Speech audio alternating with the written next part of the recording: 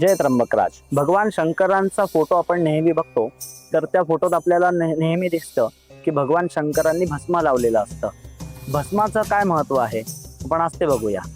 भस्म वैराग्याचं प्रतीक मानलेलं आहे आणि भगवान शंकरांना भस्म अतिशय प्रिय आहे। आपण या स्थूल सृष्टीमध्ये जो काही अनुभव घेतो हा सगळा नश्वर असून एकदा हे सगळं राखच होणार आहे, भस्मच होणार आहे, याचं देखील हे प्रतीक म्हणून मानता येतं। पण याचं वैज्ञानिक कारण सुद्धा सांगितलेलं आहे। शुद्ध भस्म शरीराला लावल्यामुळे शरीरामधली आर्द्रता दूर होते।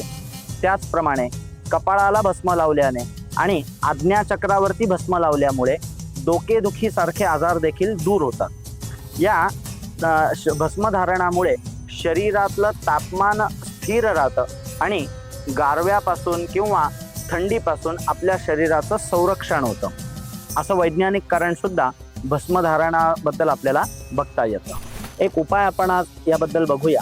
लिंग पुराणामध्ये तुपाचा अभिषेक करण्याचा निर्देश आपल्याला बघता येतो।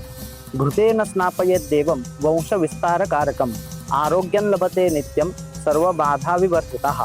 अर्थात भगवान शंकरांवरती गाईच्या तुपाचा अभिषेक केल्यामुळे शारीरिक व्याधी दूर होतात, उत्तम आरोग्य लाभते आणि आपल्या वंशाची वृद्धी होण्याकरता मदत होते। जय त्र्यंबकराज।